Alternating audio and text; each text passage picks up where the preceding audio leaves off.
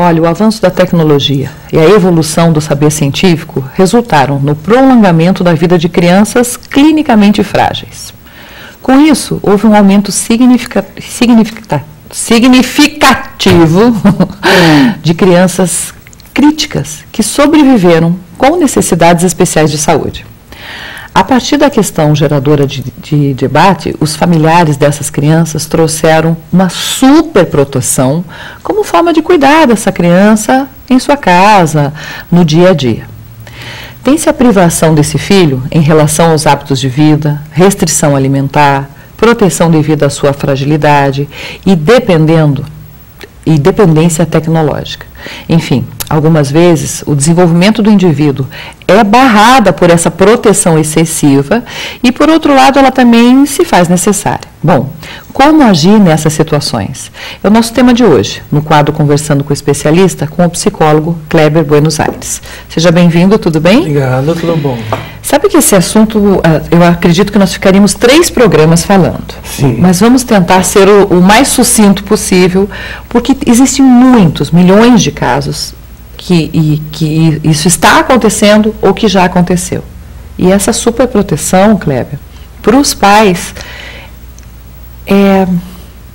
não tem como, não é? Esse medo, essa tensão que eles passaram com essa doença ou com esse déficit da criança, persiste a vida inteira. Como lidar com isso? Como fazer? Sim. Nós não vamos falar sobre uma questão específica, mas no caso da deficiência ou de uma doença muito grave, né, um câncer, uma doença que necessita de cuidados especiais de uma criança, muitas vezes os pais acabam superprotegendo, né? Esse foi o tema. Essa superproteção, ela deixa de fazer com que o sujeito apareça, com que a criança apareça. Então, a criança torna-se somente o seu problema, né? Então, você tem uma criança síndrome de Down, ou você tem uma criança passando por um problema físico, perdendo os movimentos do corpo e precisa de cuidados especiais. E aí os pais focam excessivamente na doença e nas limitações da criança. Esse que eu acho que é o fator primordial que leva os pais a terem uma superproteção. Porque o foco está no, ele não pode fazer isso, não pode fazer aquilo, não pode se movimentar, não pode estar no meio de muitas pessoas que podem se machucar. Sempre tem esse cuidado, esse medo, né, da queda, de se machucar, de se sentir mal, do preconceito das outras pessoas em função daquela doença ou daquela deficiência. E os pais vão superprotegendo, e essa superproteção, ela acaba sendo invasiva no psiquismo daquela criança, do filho. Porque o filho passa a ser podado no desenvolvimento. Foi importante que tenha dito, né, inicialmente, porque a criança, ela precisa de um espaço para se desenvolver. E esse espaço é onde os pais não estão ali fazendo as coisas por ela. A grande questão é que quando o filho é acometido por uma doença grave, um diagnóstico grave, né, com um prognóstico às vezes não tão bom, assim, pouco tempo de vida, ou muitas limitações com uma doença ou com uma deficiência, os pais entram numa angústia porque todo aquilo que foi sonhado, que foi idealizado pelo filho, passa a ser ameaçado por uma doença, por uma deficiência, né? Tem todo um luto, uma depressão ali às vezes, né, em alguns casos, para dar conta desse filho imaginado que não esse sonhado que agora naquele momento. Mas essa superproteção é excesso de amor, né? É excesso de cuidado mesmo. É o cuidado, é o medo do que pode acontecer, é o medo do risco. O que o pai precisa fazer nesse sentido? Precisa entender que a criança tem limitações, essas limitações não podem ser negadas, que é o outro extremo. Aquele pai que, diante de uma limitação da criança, quer forçar a criança a superar, e acaba sendo invasivo. É um outro extremo. No caso da superproteção, o pai que invade a criança no sentido de impedir que ela possa fazer as coisas por si mesma. Porque se uma criança tem uma deficiência ou tem um problema com movimentos, né, uma deficiência visual, existem muitas coisas que aquela criança pode fazer por si só. E é isso que o pai e a mãe precisa tentar perceber e descobrir nessa criança. Que coisas que ela pode fazer? O que essa criança pode, de que modos ela pode brincar, até onde ela pode ir, né? Muito mais. Abrir espaço para que ela descubra. Essa criança descubra. É interessante que muitas vezes quando a criança tem algumas limitações, os pais começam a decidir sobre tudo, sobre o que elas querem comer, sobre... Claro, isso é necessário quando, por exemplo, a doença envolve restrições alimentares. Tudo bem. Mas, por exemplo, decidir o que aquela criança vai comer, onde ela vai brincar, o que é interessante para ela, que brincadeira é boa para ela. Ela esquece que aquele sujeitinho que está ali tem desejos, tem vontades, por mais que tenha dificuldade de se comunicar.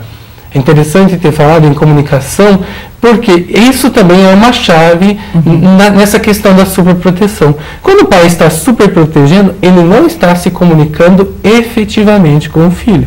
Não tem uma boa comunicação. Então ele precisa tentar entender o que o filho quer, o que o filho precisa, e muitas vezes até onde a criança pode ir e estimular, porque às vezes é confortável também para a criança ficar numa posição em que os pais vão fazendo as coisas por ela. Acostuma a criança dessa forma que ela mesma trava o desenvolvimento dela, né? Sim. Tem um pensador, o Winnicott, e essa frase é interessante de dizer, que ele diz: a criança se desenvolve na falha da mãe. Quando a mãe falta, quando tem um espaço ali que a mãe não está ali, a criança começa a pensar coisas, começa a ter criatividade, começa a bolar uma estratégia. O que eu vou fazer para eu lanchar? Vai olhar na geladeira, ver o que tem para comer. Ela começa a se desenvolver, a pensar em estratégias. Porque a mãe não está ali o tempo todo atendendo a 100% das necessidades. Então tem que ter um espacinho de falha. Essa mãe não pode ser perfeita. A gente diz, o pai não pode ser perfeito. Os pais têm que ser suficientemente bons. Que significa que não são perfeitos e também não são ausentes. Nem a superproteção, a ponto de a criança nem a falta de atenção. Nem a falta de atenção. Kleber, eu acho que essa situação piora ainda mais quando tem mais um envolvido. Por exemplo, 2 crianças e só uma passou por um problema, ou tem uma doença do coração, ou enfim, qualquer quadro clínico grave, e a outra não. Então parece que os olhos dos pais se voltam só para aquela e o outro fica de lado. Na dificuldade de lidar com a situação, os pais acabam focando na criança que tem uma problemática específica, uma doença específica, e os outros filhos, assim, eles não têm essa dificuldade, então eles vão se virando. Não, é bem assim. Né? Todos os filhos precisam receber uma atenção, precisam receber esse cuidado. É esse ambiente familiar que desenvolve a personalidade de ambos, tanto a criança com deficiência ou que precisa de cuidados especiais em função de uma doença, quanto a outra criança que não apresenta essas limitações físicas ou mentais, psicológicas ou em função de uma doença. Ou seja, os pais precisam entender que os filhos precisam ser tratados diferentes nas suas diferenças, né? Na alimentação de um filho, ele precisa ser tratado diferente. Mas o fato de o outro filho não ter uma deficiência não é pressuposto de que ele vá se virar. Não, toda criança precisa dessa função materna e dessa função paterna estabelecida. Toda criança precisa ser acolhida, precisa ser amada, precisa ser ouvida e, ao mesmo tempo, precisa ter limites estabelecidos. Essa é a grande questão. Na superproteção, principalmente na criança com alguma dificuldade aí, esses limites não são estabelecidos a contento às vezes, porque a criança é satisfeita em todas as suas vontades, e às vezes o limite é estabelecido demais, porque é tanta proteção, é tanto limite, essa criança não pode fazer muita coisa que sufoca, impede que ela se desenvolva, o seu potencial criativo. Né? Entendi. Então tem toda uma cautela aí para o tal do caminho do meio, que é muito bom. Eu quero só que você repita a frase dos pais. Como é que é? Eles têm que ser? Suficientemente bons. Suficientemente bom significa que não é perfeito, que não está ali o tempo todo, não é 100%. Um pai 100% é um pai invasivo.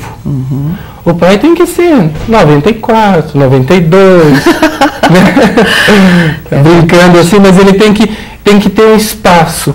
Porque assim, o que constitui um ser humano é a relação da pessoa com a falta, com o vazio. É na falta, quando a gente sente falta de algo que a gente falando num português mais claro, se mexe, que a gente se desenvolve. Se vira, né? Isso. Corre atrás. Aí sim, pai, é 100% e atende todas as necessidades, está aí o tempo todo. Como é que a criança se desenvolve? Adorei. Olha, conversei aqui com o psicólogo Kleber, Buenos Aires. Ficou com alguma dúvida, está precisando de alguma ajuda, você pode ligar 9960-1177 e o consultório do Kleber fica na Teodoro Rosas, 1001, no 6º andar. É isso? Isso. Obrigada, viu? Adorei. Como eu te falei, vão ficar muitas perguntas em aberto.